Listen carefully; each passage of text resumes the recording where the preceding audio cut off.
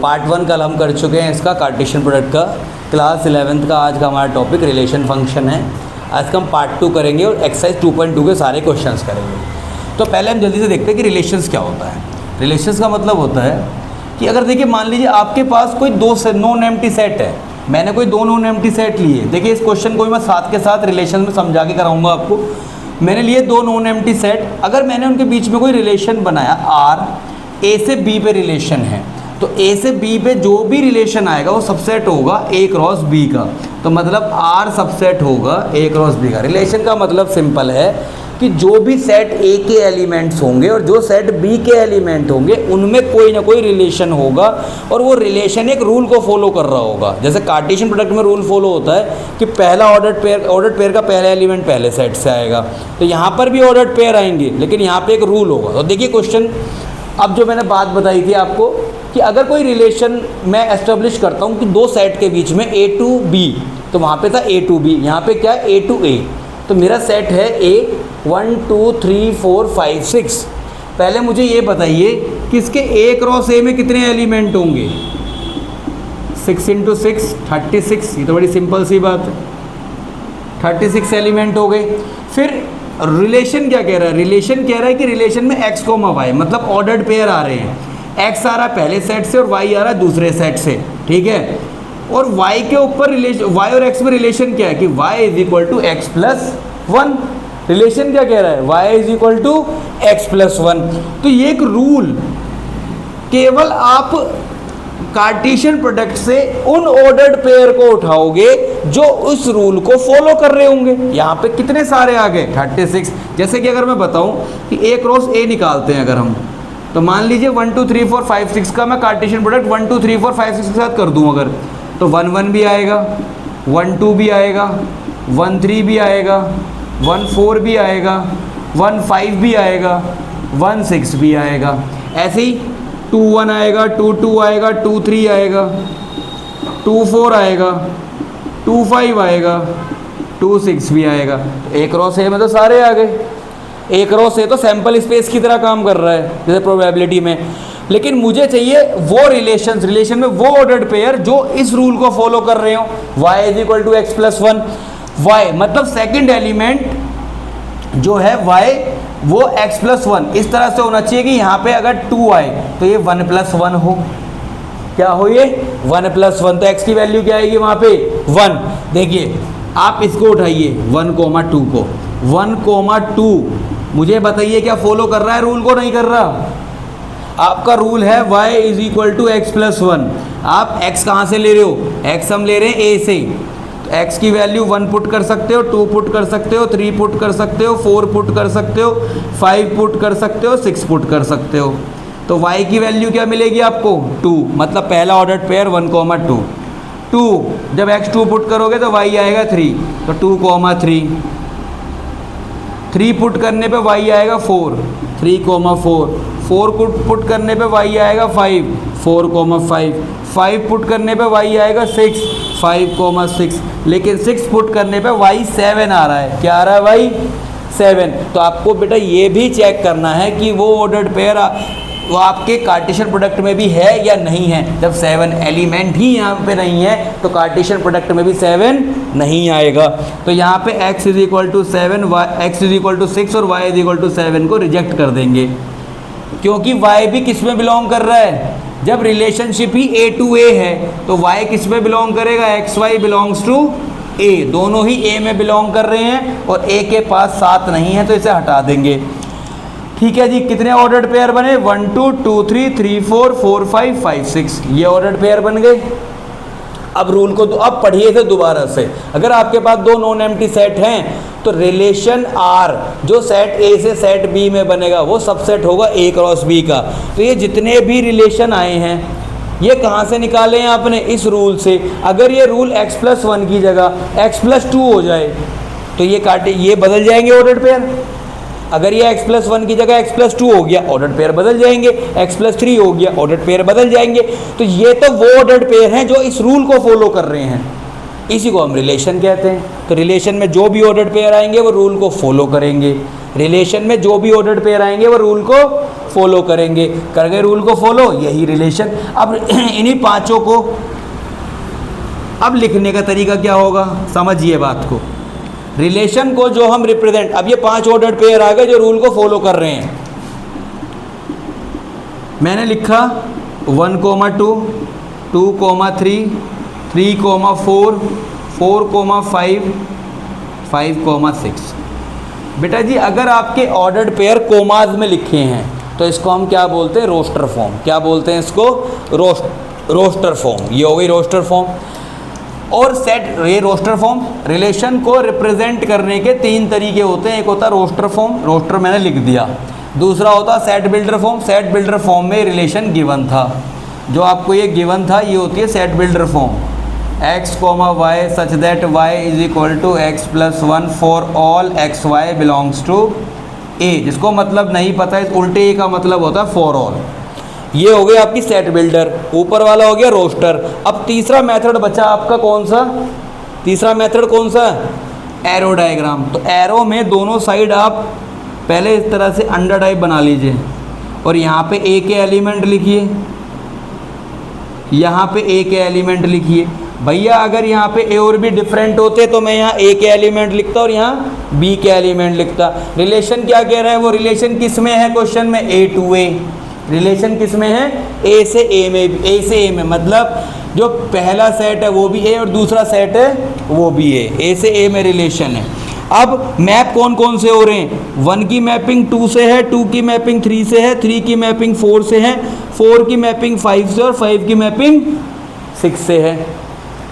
अब पहले सेट से, ठीक है जी, ये तो हो गए तीनों मेथड। ये हो गया आपका रोस्टर बेटा जी, ये हो गया आपका सेट बिल्डर और ये हो गया एरो डायग्राम। अच्छा, एरो डायग्राम में ना इस तरह से एरो और बना देना जिस तरफ से कर रहे हैं। ए से ए जा रहा है, ये ए सेट हो गया, ये भी ए सेट है, तो ये मैंने एरो बना दिया, तो ये एरो डायग्राम हो गया। ठीक है, इधर से तो वो आएंगे फर्स्ट एलिमेंट जो मेरे इस ऑर्डर्ड पेयर के फर्स्ट एलिमेंट है और ये ऑर्डर्ड पेयर के सेकंड एलिमेंट है। जो भी, अब देखो डोमेन की बात क्या थी, जितने भी ऑर्डर्ड पेयर के, जो भी आपने order, the set of all first element of a relation, तो जो भी रिलेशन में आए, तो रिलेशन में ये 5 एलिमेंट आ रहे हैं, इन 5 एलिमेंट का जो भी ऑर्डर्ड पेयर है, इनका पहला एलिमेंट उठाओ। रिलेशन में जो भी ऑर्डर्ड पेयर आ रहे हैं उनके फर्स्ट एलिमेंट का सेट जो होगा उसे हम बोलते हैं डोमेन। क्या बोलते हैं उसे, डोमेन। तो डोमेन क्या होगा इस क्वेश्चन का, देखिए जरा। जो रिलेशन में इन्वॉल्व हुए हैं, कौन कौन से हुए, 1, 2, 3, 4, 5। रेंज सेकंड एलिमेंट का सेट जो रिलेशन में इन्वॉल्व हुए हैं, 2, 3, 4, 5, 6। अच्छा बेटा जी, कोडोमेन क्या बताया था मैंने, कोडोमेन को याद करिए। कोडोमेन क्या होता है भाई, रेंज मैंने देख लिया, set of all second element of a relation from A to B. Codomain क्या होगा, रिलेशन जो है अगर ए से बी जा रहा है तो कोडोमेन होता है always the second set. Codomain हमेशा जो ए से ए रिलेशन गया या ए से बी गया, बी से सी गया, जो भी सेकंड सेट होगा वो कंप्लीट कोडोमेन होगा। तो कोडोमेन आएगा ए, या तो 1, 2, 3, 4, 5, 6 लिख दो या सिंपल ए लिख दो, इसमें बात सेम है। तो डोमेन, रेंज और कोडोमेन, इसको ही ढंग से सीखना है क्योंकि पूरा का पूरा आपकी जो सेकंड एक्सरसाइज है वो इसी पे घूम रही होगी। तो इतनी ही थ्योरी है इसमें कि रिलेशंस क्या होता है। रिलेशन में आपको ये ढंग से याद रखना, subset of A cross B. अब मान लीजिए आपके रिलेशन का कोई भी एलिमेंट ए क्रॉस बी में नहीं है तो उसको हम बोलते हैं, इस केस में आर होता है एम्प्टी। आपके रिलेशन में आपने जो भी एलिमेंट लिए उनका कोई भी रिलेशन, जो भी आपने रिलेशन का रूल बनाया, अगर उसका कोई भी ऑर्डर्ड पेयर कार्टेशियन प्रोडक्ट में से नहीं आ रहा तो ऐसे रिलेशन को मैं कहता हूँ एम्प्टी रिलेशंस। ठीक है, इसको मैं इसको रब कर दूँ, उसके बाद बताता हूँ। इसके बाद देखिए हमें निकालना सीखना number of relation from set A to set B. भाई ऐसा क्वेश्चन पूछ लेता है, इस बार बोर्ड के पेपर में भी इसके क्वेश्चंस बहुत पूछे गए थे, नंबर ऑफ रिलेशंस तक भी आया है, वहाँ पे बच्चे भूल जाते हैं। Number of relation from set A to set B होता है 2 की power number of element in A into number of element in B. Suppose that कि अगर number of element in set A 2 होता और number of element in set B होता 3, तो number of relations कितना होता? Number of relation in that case 2 की power 2 into 3, ये होता 2 की power 6। What ever the answer is, देख लीजिएगा। Number of non empty relations, non empty केवल एम्प्टी एक होता है तो उसे एक माइनस कर देंगे उसमें से, तो नॉन एम्प्टी आ जाएंगे। एम्प्टी वाला एक होता है, टोटल में से एक को माइनस कर दो। अच्छा, ये जो क्वेश्चन है ये है मेरा नल रिलेशन पे, नल रिलेशन या एम्प्टी रिलेशन पे, इसको हम फाई रिलेशन बोलते हैं। देखिए मैंने क्या लिया, 2 सेट लिए ए और बी, इनके ऑर्डर्ड पेयर कैसे बनेंगे ए क्रॉस बी, क्योंकि मुझे पता है रिलेशन तो सबसेट होता है, रिलेशन क्या होता है, सबसेट होता है। अगर इस रिलेशन में आने वाला कोई भी एलिमेंट इससे नहीं बन पा रहा, देखो अब ये क्या कह रहा है कि इसके ऑर्डर्ड पेयर कैसे बनेंगे, 1 2 1 4 1 6 1 8 1 10। आप कोई भी ऑर्डर्ड पेयर बना लो, 3 2 3 4 3 6 3 8 3 10, कोई भी ऑर्डर्ड पेयर बना लो। क्या, अब मैंने कहा कि x जो है a में से आ रहा है, y जो है b में से आ रहा है, ये कहा मैंने, क्वेश्चन में साफ लिखा है। और x प्लस वाई को क्या कह रहे हैं वो, इवन। तो क्या कोई भी ऑर्डर्ड पेयर ऐसा है जिनका सम इवन हो जाए? आप करके देख लीजिए। जैसे आपने 1 2 लिया तो 1 + 2 3 होगा, आपने ऑर्डर्ड पेयर लिया 1 + 4 क्या होगा, 5 होगा, 1 + 6 लिया तो क्या आएगा, 7, 7 भी ऑड है। तो जितने भी ordered pair A cross B में बनेंगे, all the ordered pair in A cross B have odd sum. Sum कैसा होगा उनका, ऑड। क्या सम होगा, ऑड। अगर उनका सम ऑड है और रिलेशन तो आता ही कार्टेशियन प्रोडक्ट में से है, रिलेशन कह रहा है कि वो इवन हो जाएगा, फिर तो बात उल्टी कह रहा है ना। तो फिर क्या लिखेंगे ऐसे केस में कि R is not a subset of, R subset नहीं है किसका, A क्रॉस B का यहाँ पे। और अगर ऐसा है तो रिलेशन में क्या आएंगे, एम्प्टी। R क्या होगा, एम्प्टी होगा। R क्या होगा, एम्प्टी, क्योंकि आ तो इसी में से रहा था, इसमें से कोई ऑर्डर्ड पेयर यूज ही नहीं कर पा रहा वो, तो R क्या आएगा ऐसे केस में, एम्प्टी। इसको बोलते हैं एम्प्टी रिलेशन। अगला आया A = 1 2 B = 3 4 5। तो इसके A क्रॉस B में कितने एलिमेंट आएंगे ये बताइए, 1 3 1 4 1 5 2 3 2 4 2 5, 6 आए। अब मैंने क्वेश्चन में कहा रिलेशन है x, y such that x + y is integer. अब बताइए 1 + 3 का सम क्या होगा, 4, 1 + 4 का सम क्या होगा, 5, 1 + 5 का 6, 5 6 7। क्या जिसके भी सम आए हैं, ये सम ही तो आए हैं सबके, इनके सम जो आए हैं क्या ये इंटीजर हैं या नहीं है, इंटीजर है। इस केस में तो रिलेशन में सारे के सारे ऑर्डर्ड पेयर आ जाएंगे, क्योंकि सारे के सारे फॉलो कर रहे हैं रूल को। तो इस केस में R होता है किसके इक्वल, A क्रॉस B के। R किसके इक्वल होता है यहाँ पे, A क्रॉस B के। इसको बोलते हैं यूनिवर्सल रिलेशन। क्या बोलते हैं, universal relation when R = A cross B। तो ऐसा केस कहीं भी बने तो एम्प्टी हो गया, एक लाइन में हमारा यूनिवर्सल रिलेशन हो गया, उधर हो गया हमारा number of relation from A to B। अब तो क्वेश्चंस हैं, बस 2.2 को स्टार्ट कर दो बेधड़क और उसके करेंगे ख़त्म। पहला क्वेश्चन क्या कह रहे हैं कि आपका एक सेट गिवन है A 1 से 14 तक, ठीक है जी, हमने ले लिया, और रिलेशन जो है वो A to A है, मतलब डोमेन के एलिमेंट भी यहीं से आएंगे और रेंज के एलिमेंट भी A से ही आएंगे। X के एलिमेंट भी A से लेने हैं और Y के एलिमेंट भी A से लेने हैं, ठीक है जी। अब मेरा जो रूल है, मुझे केवल वो ऑर्डर्ड पेयर लेने। पहले ये बताइए कि A क्रॉस A में कितने एलिमेंट आएंगे, ये बात मैं हर बार पूछूंगा आपसे। उधर 14 है, इधर भी 14 है, टोटल आएंगे 196। इन्हीं 196 में से रिलेशन के एलिमेंट हमें मिलेंगे, वो एलिमेंट जो कि इस रूल को फॉलो कर रहे होंगे। रूल क्या है, y = 3x, यही है ना रूल, यहाँ लिख भी लीजिएगा। रूल क्या है, y = 3x, और x कहाँ से लेना है, a से। जब आपने x की वैल्यू 1 ली, y क्या आया 3, तो एक ऑर्डर्ड पेयर आ गया 1, 3। x की वैल्यू 2, y आएगा 6।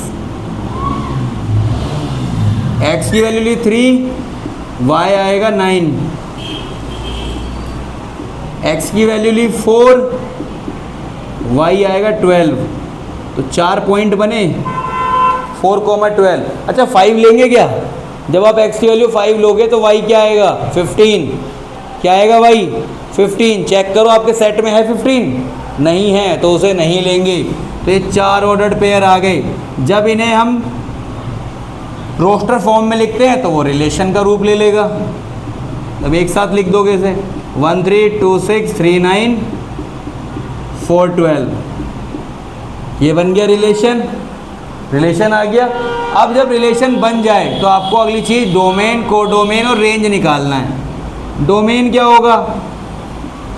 रिलेशन में जो ऑर्डर्ड पेयर आए हैं उनके फर्स्ट एलिमेंट्स के कलेक्शन को हम क्या कहते हैं? डोमेन कहते हैं। रेंज क्या होगी?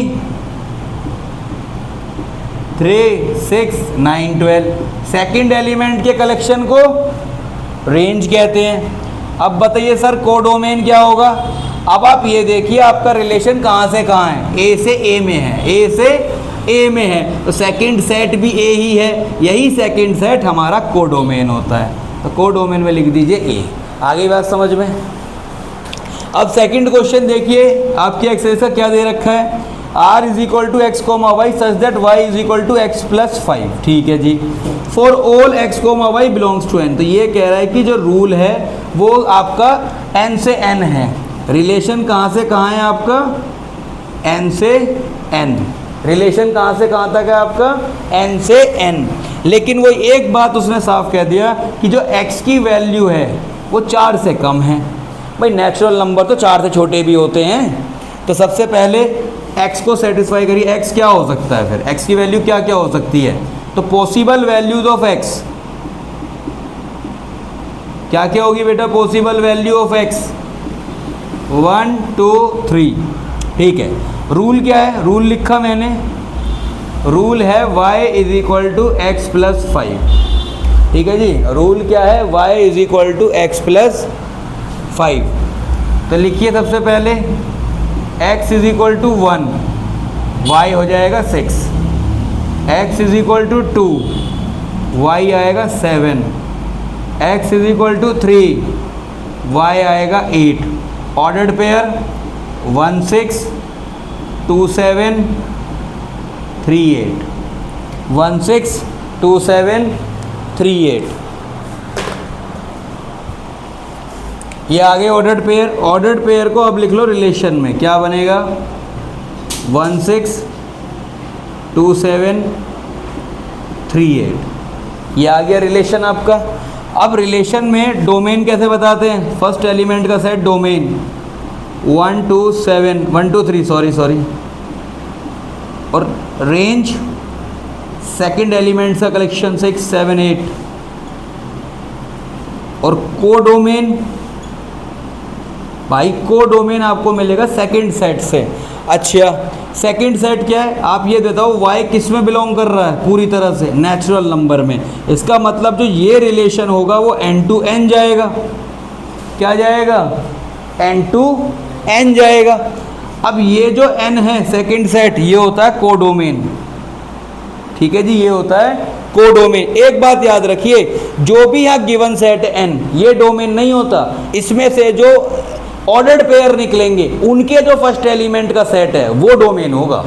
ठीक है, करते हैं और क्वेश्चन का। फर्स्ट सेकंड हो गया। ठीक है, थर्ड क्वेश्चन देखिए। Let a is equal to 1 2 3 5, b is equal to 4 6 9। Relation है हमारा a से b। थर्ड क्वेश्चन में जो रिलेशन है वो क्या कह रहा है? The difference between x and y is odd. x और y का डिफरेंस ऑड होना चाहिए। तो सबसे पहले रिलेशन के एलिमेंट 1 को चेक करो किसके साथ ऑड आएगा। 1 और 4 क्या होगा? 1 और 4 को अगर आप ऑर्डर्ड पेयर बनाते हो, देखो ऑर्डर्ड पेयर में कितने बनेंगे? सबसे पहले बात, a क्रॉस b में कितने एलिमेंट आएंगे? लिखिए यहाँ पे a क्रॉस b में कितने एलिमेंट आएंगे सर? 4 3 12, 12 आएंगे। 1 4 भी आएगा, 1 6 भी आएगा, 1 9 भी आएगा। उन ऑर्डर्ड पेयर में से किन का डिफरेंस ऑड है? 1 और 4 का डिफरेंस ऑड होगा, 1 4 लिखा, 1 6। ओड के लिए आपको पता होना चाहिए कि ओड के लिए एक नंबर डिफरेंस अगर निकाल रहे हैं तो एक नंबर ओड होना चाहिए, एक नंबर इवन, तभी ओड आ सकता है। 14, 16, 19 नहीं आएगा, 24 नहीं होगा, 26 नहीं होगा, 29 होगा, 34 नहीं, 34 हो जाएगा, 34, 36, 39 नहीं होगा। The sum of two odd is even, a difference of two odd is also even। 54, 56, 59 नहीं होगा। तो ये तो बन गया पहले। देखिए 1 के साथ आप ये देखो, अगर ये ऑड है तो यहाँ पे इवन ढूंढना है आपको, बस ऐसे याद रखो। 1, 4, 1, 6, 2 है, ये इवन है तो यहाँ पे ऑड ढूंढना है, 2, 9, ये ऑड है तो यहाँ पे इवन ढूंढ लो। ये आपका क्या है 5, 4, ये भी ऑड है तो यहाँ पे इवन ढूंढ लो। तो ये बन गए आपके 1, 2, 3, 4, 5, 6, 7 क्या बन गए आपके रिलेशन के एलिमेंट्स आ गए जो ऑर्डर्ड पेयर की फॉर्म में हैं। अब आपको क्या लिखना था, रार को रोस्टर फॉर्म में लिखना था, तो ये आपका आंसर ख़त्म हो गया है यहाँ पे। लेकिन मैं आपको इसमें डोमेन, रेंज और को डोमेन निकालने की बात करते हैं, तो रेंज क्या आएगी इसकी और डोमेन क्या आएगा इसका। 1 एलिमेंट रिपीट नहीं करते सेट में, 3, 5। रेंज क्या होगी 4, 6, 9 और कोडोमेन भी 4, 6, 9। ठीक है। अच्छा, फोर्थ क्वेश्चन इसका बहुत इंपॉर्टेंट है, लेकिन है एक ही, तो इससे आपको समझने की कोशिश करनी है कि रिलेशनशिप को आप सेट बिल्डर फॉर्म में कैसे लिखोगे, फिर रोस्टर फॉर्म में कैसे लिखोगे, मतलब बनाओगे कैसे रिलेशनशिप, ये इंपॉर्टेंट है। देखो मैंने मान लिया कि ये जो है पी का पी सेट है, पी सेट का मैंने कोई भी एलिमेंट एक्स कंसीडर किया। क्या कंसीडर किया, मैं लिखता हूँ एक्स बिलोंग्स टू पी। मैंने क्यू सेट के एलिमेंट को वाई कंसीडर किया, ठीक है, क्यू सेट के एलिमेंट को वाई कंसीडर किया। 5 की मैपिंग 3 के साथ हो रही है, मतलब x की वैल्यू जब मैं 5 ले रहा हूँ तो किसके साथ मैपिंग हो रही है इसकी, 3 के साथ। तो 5 को 3 कैसे बनाया गया होगा, 2 को माइनस करके। तो कोई ये भी सोच सकता है कि सर 2 से डिवाइड करके इसमें 1/2 ऐड करके भी तो बनाया जा सकता है। बिल्कुल बनाया जा सकता है। क्या अगला बन जाएगा ऐसे, सबके साथ रूल फॉलो करना चाहिए ना। तो 5 - 2 3, 6 - 2 4, 7 - 2 5। 0.5 नहीं है, ये डॉट लगाए केवल इस जगह को दिखाने के लिए, मैपिंग कराने के लिए, ठीक है। ये पॉइंट कुछ नहीं है, ये भी ध्यान रखना है। 5 - 2 3, 5 किसका एलिमेंट है, x का। 5 कहाँ से आया, x में से, और 2 मैंने बनाया है यहाँ पे, और 3 y में से आया है। तो y का रिलेशन क्या हो गया, x - 2। क्या हो गया y का रिलेशन, x - 2। आप 6 की तरफ से भी देख सकते हो बेटा, 6 भी x में से आया है, तो x - 2 करके आपका रिलेशन बन रहा है p से q में। जब सेट बिल्डर फॉर्म में लिखते हैं तो कैसे लिखते हैं, देखिए ज़रा, r = x, y। फिर लिखते हैं रूल क्या है, रूल है y = x - 2 such for all x belongs to a और y बिलोंग्स टू b। ये बना आपका सेट बिल्डर फॉर्म, बन गया। अब आपका रोस्टर फॉर्म क्या बनेगा, जो रूल को फॉलो कर रहे हैं। रूल क्या है, 5 3 6 4 और 7 2। ये बन गया आपका रोस्टर फॉर्म। ये फर्स्ट का आंसर, ये सेकंड का आंसर। तो अब आपसे डोमेन, रेंज और को डोमेन मांग रहा है। तो सर डोमेन क्या होगा, जल्दी से लिख दीजिए, 5 6 7। रेंज क्या होगी, 3 4 5। देखिए क्वेश्चन में कोई चीज़ नहीं मांग रहा है, गिफ्ट की तरह है, बस आपको लिखना हो लिख लीजिएगा, वरना से कोई फ़र्क नहीं पड़ता। को डोमेन सेकंड सेट Q 3 4 5। ठीक है जी, ये 2 क्वेश्चन हुए। अब देखिए ये वाला क्वेश्चन क्या है, ये क्वेश्चन इंपॉर्टेंट लगा लीजिए, इसे आपके स्कूल के एग्ज़ाम में मिल सकता है आपको आराम से। Late a = 1 2 3 4 5 6। 1 2 3 4 6 है, 5 नहीं है, सॉरी। r जो है a, b है, और ये कह रहा है कि b जो है सेकंड नंबर जो है फर्स्ट वाले नंबर से कंप्लीटली डिवाइड होना चाहिए। फर्स्ट वाले नंबर से कंप्लीटली क्या होना चाहिए, डिवाइड होना चाहिए। और रिलेशन ए से, ए है मतलब पहले जो ऑर्डर्ड पेयर का पहला एलिमेंट भी ए से आएगा और दूसरा भी ए से आएगा। तो इस केस में ये बताइए कि ए क्रॉस ए में कितने एलिमेंट हो जाएंगे। इसमें 5 है, 25 होंगे। किस तरह के होंगे, एक ही ए से ही कर रहे हैं तो इसी में करना है। 1 1 होगा, 1 2 होगा, 1 3 होगा, 1 4 होगा, 1 6 होगा।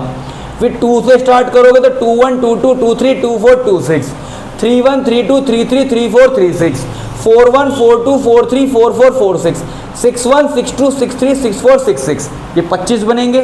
ये यहाँ लिखने की जरूरत नहीं है आपको तो रिलेशन लिखना है।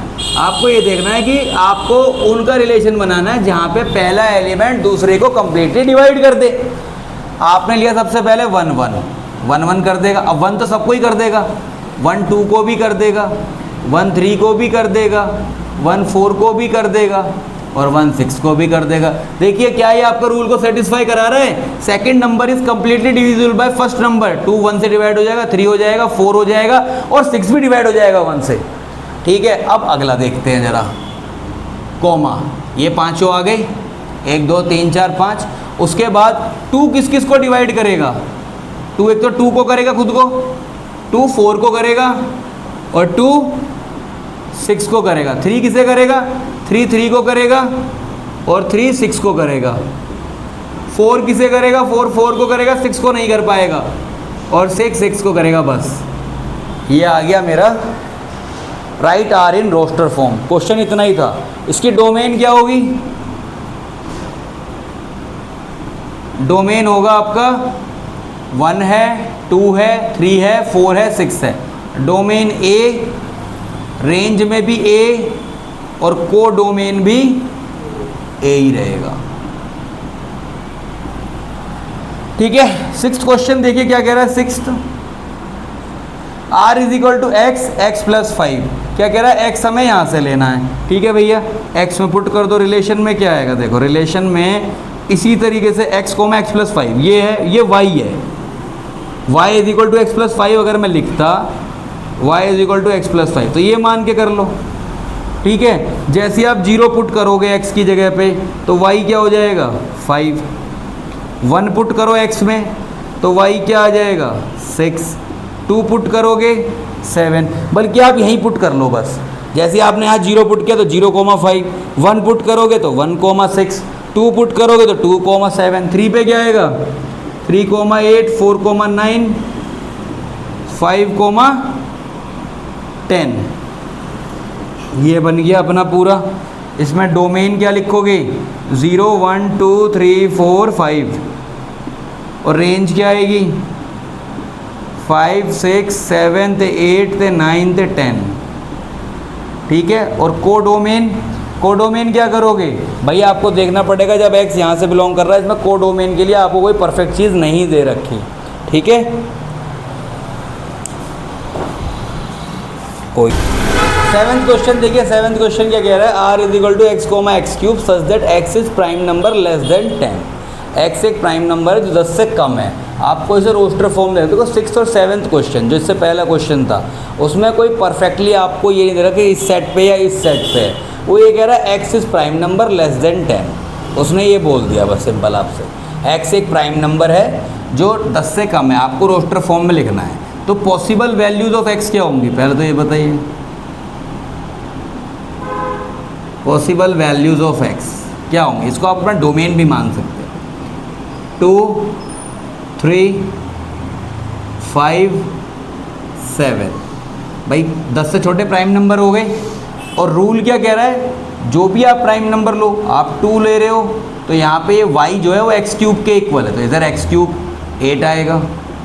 3 ले रहे हो 27, 5 ले रहे हो 125, 7 ले रहे हो 343। तो अगर आपसे डोमेन मांगता है तो 2 3 5 7, रेंज मांगता है 8 27 125 343, आप लिख सकते हैं। ठीक है, इसे लिखना नहीं है क्योंकि रोस्टर फॉर्म में कन्वर्ट करने को कह रहा था, बस हो गया वो। इसका आंसर क्या बताया था मैंने, नंबर ऑफ रिलेशन का फॉर्मूला 2 की power number of element in first set into number of element in second set. तो 2 की पावर पहले में 3 है दूसरे में 2 है, आंसर हो गया 2 की पावर 6 64। खत्म। 9th का आंसर क्या है? Let R be the relation, relation R कोई रिलेशन है किस पर है? z to z। तो इसको हम इस तरीके से भी लिख सकते हैं, रिलेशन जो है वो z टू z है। r is equal to a comma B such that a minus B is an integer, find domain. अब भैया देखो z एक इन्फिनाइट सेट है, इंटीजर इन्फिनाइट सेट है, और रिलेशन z टू z है। इसका मतलब r के जो रिलेशन आते हैं वो r के जो एलिमेंट्स आते हैं वो कहाँ से आते हैं? z क्रॉस z से आएंगे। रिलेशन के एलिमेंट कहाँ से आएंगे? z क्रॉस z से आएंगे। रिलेशन सबसेट होगा ना z क्रॉस z का। मुझे ये बताओ a कोमा b है यहाँ पे, ये ठीक है, रिलेशन क्या है? a comma b। ये कह रहा है कि इनका डिफरेंस, कोई भी जो आप नंबर लोगे, कोई भी 2 इंटीजर लोगे, उनका डिफरेंस भी इंटीजर आना चाहिए। तो होता ही यही है, the difference of 2 integer is always a integer. आप कुछ भी ले लो, since difference of 2 integers is always an integer। 2 integer का डिफरेंस हमेशा क्या रहेगा? इंटीजर ही रहेगा। तो आप इसमें से कोई भी रिलेशन क्यों ना ले लें, आप इसमें से कोई भी रिलेशन क्यों ना ले लें, वो हमेशा ही उसका डिफरेंस क्या आएगा? इंटीजर आएगा। तो इस केस में डोमेन क्या हो गया? इस केस में डोमेन हो गया आपका z, क्योंकि हर एक एलिमेंट का आ रहा है। जब मैं कह रहा हूँ हर एक एलिमेंट के लिए हो रहा है, 1 को आप किसी के साथ भी ट्रीट करा दो, 1 5 1 4 1 7 1 8, उनका डिफरेंस लेके भी जो आंसर आएगा वो इंटीजर ही आएगा। डोमेन z, रेंज z, और को डोमेन भी क्या आएगा? z। अब एक बात और बताओ, जितने भी एलिमेंट रिलेशन में आ रहे हैं उन सब का डिफरेंस इंटीजर आ रहा है। मतलब ये बात जो सच है वो हर एक एलिमेंट के लिए सच है जो z क्रॉस z में आ रहा है। z क्रॉस z के अंदर मैंने एलिमेंट सोचा कि मैं अगर 1 के साथ स्टार्ट करूँगा तो 1 1 1 2 1 3 1 4 and so on up to infinity. फिर 2 के साथ 2 1 2 2 ये बनते चलेंगे, फिर 3 के साथ 3 2। भाई आप ये देखिए कि डिफरेंस अगर आप 2 इंटीजर का ले रहे हो तो वो हमेशा इंटीजर रहेगा। और z क्रॉस z में जितने भी ऑर्डर्ड पेयर आएंगे वो भी इंटीजर के ऑर्डर्ड पेयर आ रहे हैं। तो रिलेशन में भी वही ऑर्डर्ड पेयर आ रहे हैं, z क्रॉस z में भी जितने ordered pair z cross z में आएंगे उतने ही रिलेशन में भी आएंगे, क्योंकि ये हर एक के लिए फॉलो कर रहा है। तो ऐसे रिलेशन को मैंने क्या बताया था? Universal relation. ऐसे रिलेशन को क्या बताया था? Universal relation. अगर यहाँ पे a माइनस की जगह a प्लस बी इंटीजर होता तो भी ये बात सत्य साबित होती, a इंटू बी होता तो भी होती, a डिवाइडेड बाय b होता तो शायद दिक्कत बन जाती, क्योंकि उसमें हम 0 को नहीं ले पाते। ठीक है, तो ये हो गया हमारा 2.2 फिनिश।